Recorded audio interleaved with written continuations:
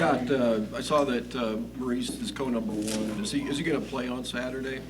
We're still trying to determine what's going on with Maurice. I've said this before. We're taking his issues very seriously. We got to wait and try to get more clarity and resolution before the week comes up, and then several people will sit down and try to make the best decision. At this point, would the university allow him to play in this game with unresolved legal issues? Yeah, you know, we're having those discussions. We will continue to have those discussions. I think there's certain things that would lead to us absolutely not letting him play, and certain things that could happen that would lead us to considering it. So that still has to be worked through, and we're trying to gather information to make a good decision for this weekend. Did you expect that it would go down to the wire like this, or had you hoped for clarity before you got to week one? I'm just coaching a football team. Those things are being worked out by other people that do that for a living. Like I said, we're taking it very seriously and are going to try to do what's right for everybody involved. Season ended with Iowa last year, so here we are right before week one. How much better is your team today than it was late November last year?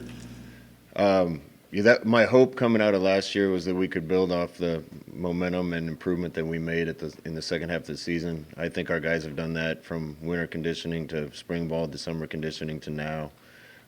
We're a lot better football team. I've said that repeatedly, but we're better at almost every position. We're better at every single position group, I believe. I think we're going to be better on special teams and more talented. And that's all great, but we have to go out as a team and play like we've been practicing and try to earn some wins. Scott, how do you feel about the 4 co-captains that were elected over the weekend? I was really excited, especially excited to see the look on those guys' face when we announced Saturday night who the captains were. Those are the guys that are elected by their peers. The team voted on it. A lot of guys got votes, but those 4 were clearly the leading vote getters. I think it says a lot about the 2 guys on offense that they're elected as a sophomore and a junior. Mo Berry obviously been good leader for our team since I've been here. Says a lot about Darian Daniels. I believe he's going to be a captain on 2 different Power 5 teams in 2 years, and he did a great job coming in and not just doing things right himself, but holding other people to a standard that he expected. And it was great to see our team recognize that. Coach Black shirts handed out today. Can you tell us who all was here to hand them out and what all went into that decision? Yeah, we actually, this was kind of a spur of the moment thing, but you know, we didn't just want to have the black shirts show up in guys' lockers. We wanted it to kind of mean more than that. So we got on the phone and got some of the black shirts that are in the vicinity to come to practice today. They kind of took turns one by one coming up in front of the team and telling us what they thought it meant to be a black shirt and what a black shirt stood for. And then they presented the black shirts to the guys. Some of them are my teammates, some are my good friends. They did an unbelievable job. The Kelsey brothers were here, Jason Peters, Steve Warren, Barrett Rude, Mark Munford, Kenny Wilhite, Tony Veland, Keo Craver, Zach Bowman, some great Huskers and great black shirts, and their message to the team was spot on. So it was a inspiring and neat scene after practice to see that happen. Scott, what was their message to the players? Each one of them gave their own message in the meeting of black shirt. I left out Jay Foreman too, who was my teammate. You know, I don't want to necessarily say what they said, but individually, you know, Jay Foreman's was one of the neatest ones to me. He said there's only 2 jerseys up in his office, his first Husker jersey and his black shirt, and actually said that he's in his will going to be buried with his black shirt. So if anything tells you what it means to some of those guys, his message told us that. Can you share how many received black shirts today?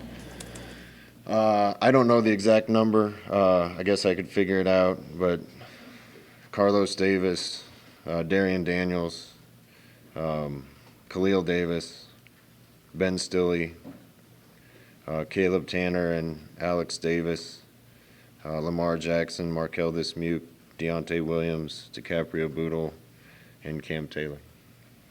They've earned it. Watching Adrian at quarterback here for the first month, last month, have you had any wow moments just watching him? Yeah, Adrian provides us with at least a wow moment a day. He made a throw the other day that I've never really seen before, maybe watching the Chiefs play last year. We just need him, like the team, we need him to play like he's been practicing. He's way more comfortable in the offense. Obviously has the talent to make about any play he needs to on the football field. Now we just need to be efficient and have that happen at a high rate. Hey, Scott, what kind of jump has Caleb Tanner taken? I mean, I know you were hoping for him to make a big jump physically, but being a black shirt, being listed as a number one, it would indicate that he's had a pretty good camp so far. Caleb's had a good camp. He's played harder. I think he knows what he's doing better. He's shown up more.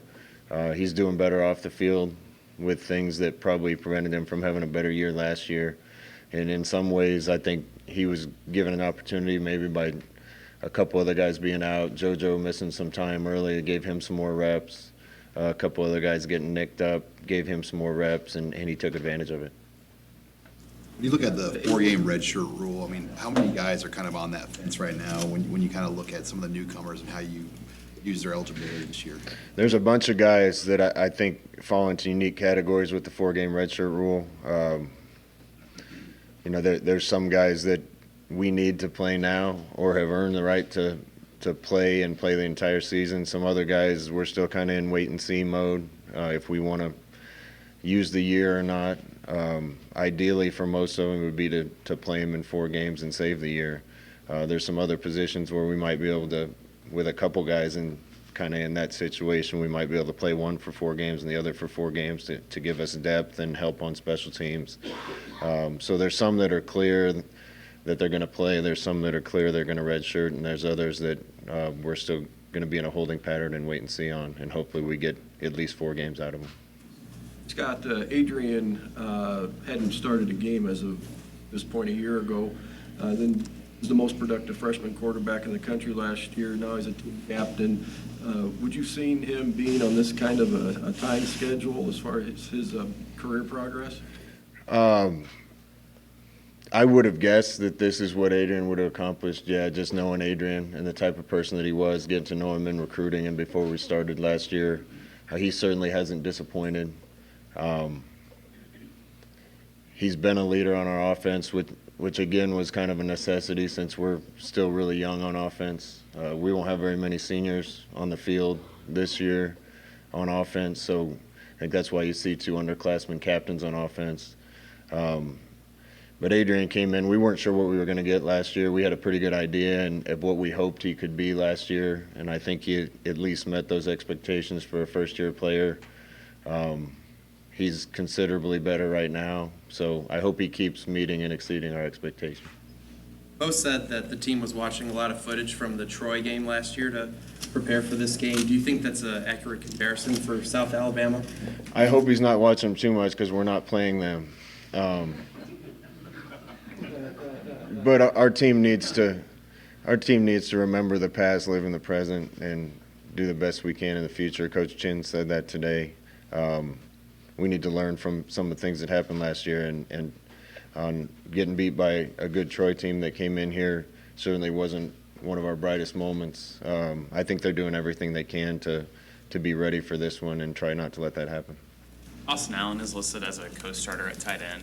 What kind of improvements have you seen from him over the last year? Yeah, Jack Stoll's had a great camp, and we feel great with him as our lead guy. But Austin is improved by leaps and bounds to the point there's no drop-off when he's in and Jack isn't. There's going to be a lot of sets that we run with both those guys on the field. So we thought it was just and fair to list them both as ones because that's how we feel about them. Will you have any message for the freshmen or newcomers who this will be the biggest crowd they play in front of Saturday? You can try to talk to guys about the excitement of Memorial Stadium all you want, and until you run out the tunnel and get the juice and experience it, it's hard to prep guys for it. We'll have talks about all that, but usually the guys that have showed up as freshmen and not been afraid of the environment or competing with older guys when they got here are the ones that aren't going to be shaken by the noise in the crowd.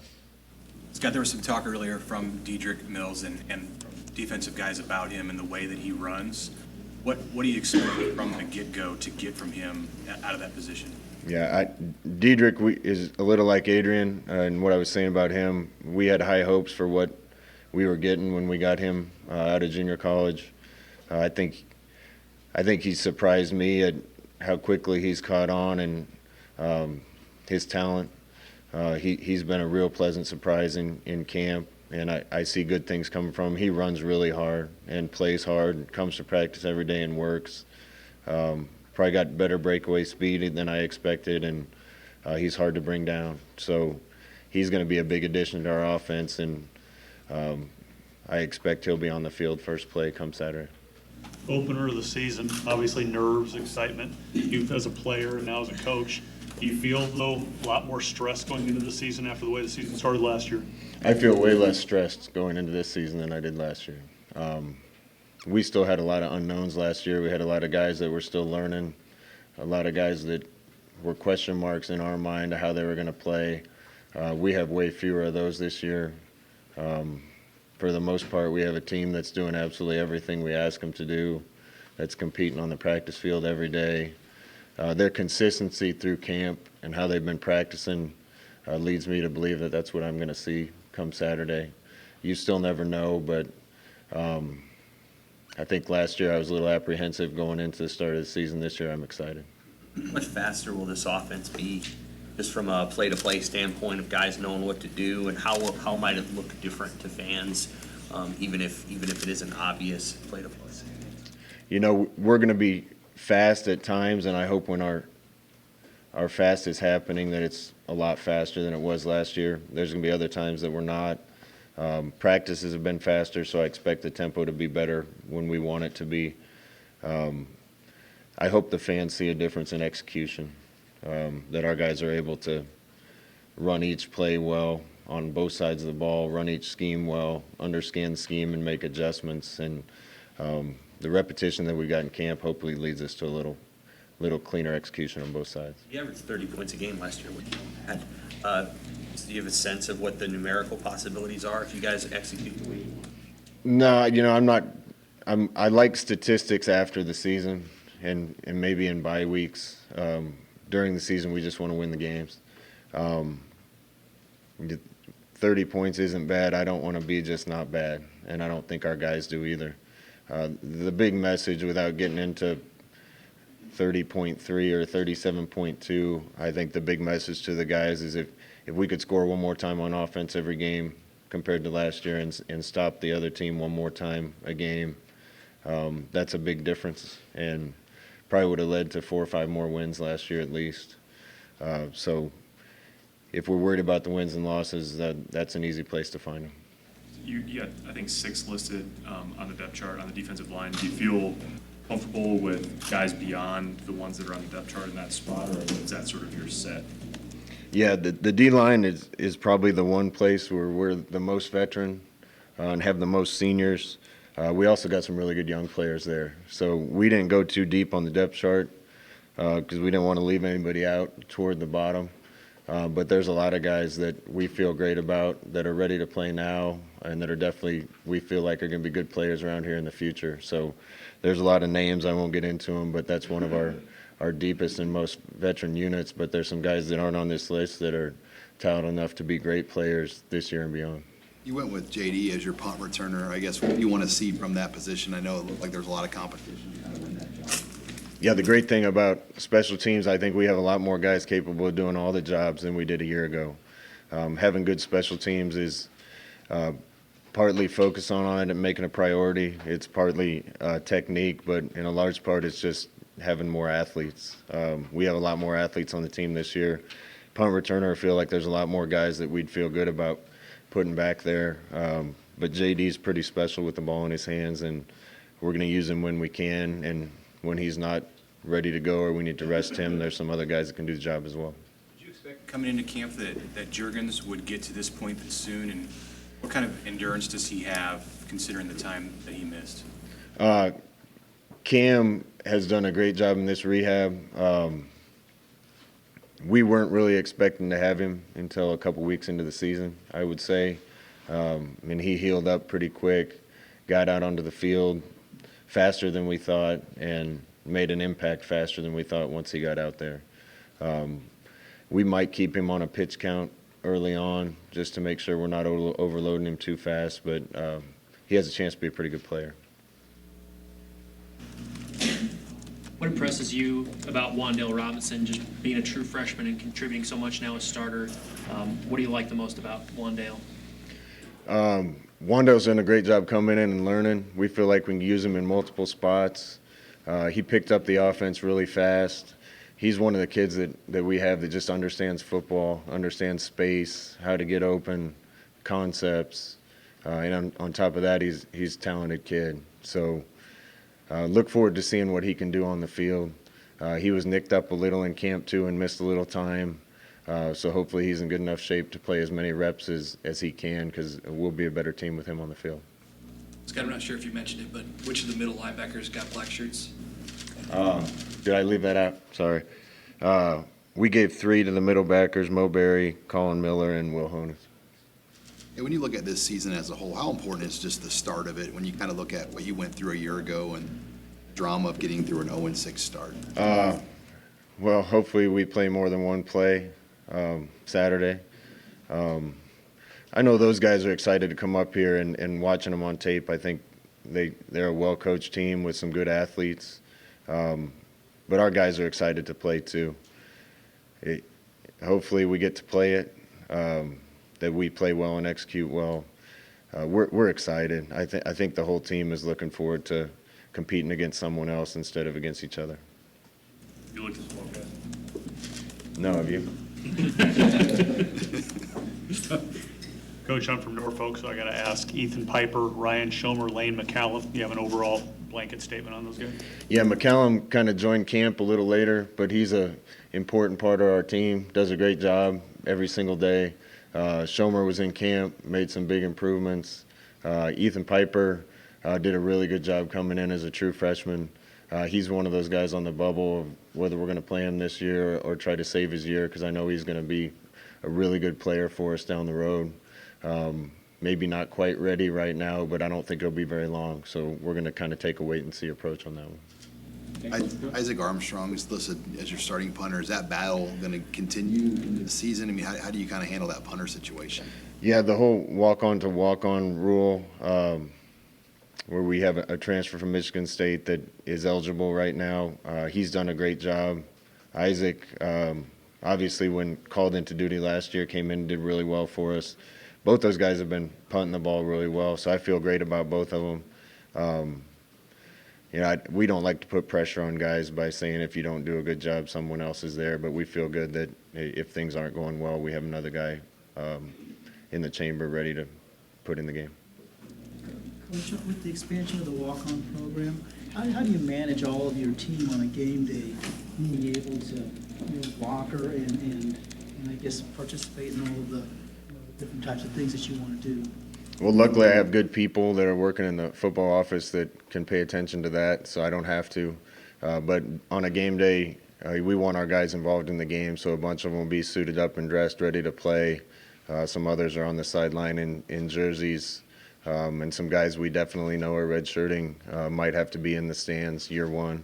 When I was a redshirt here in '95, I was in the stands, so I've been through that. It just makes you more hungry to put yourself in a better place the next year. But with the roster the size we have, we just don't have room on the sideline, so that's the way it'll be. But we want everybody to feel like they're a part of it. Scott, are you thankful that game one is at 11 a.m. so you don't have to wait all day with all the anticipation and hype surrounding the game? Yeah, we're excited to get the game kicked off. Coaches kind of like the 11 o'clock slot because we're able to get up, get the game played, and get on to other things rather than sitting around and waiting for it all day. And then if there's lightning at 11 o'clock, I think we'll still have time the rest of the day to figure something out. Anything else? You like the week 0 game? I don't know if you watched it or not. Pretty messy at times. Do you like that game? Would you ever consider doing it? Yeah, if the circumstances were right, I think week 0 is great. I think the public is anxious for college football to start. you get to start practice a week earlier, so it shouldn't really make a difference in your team's execution. You get the same amount of practice before the game, and if we're ever presented that opportunity, I think it'd be good for our team.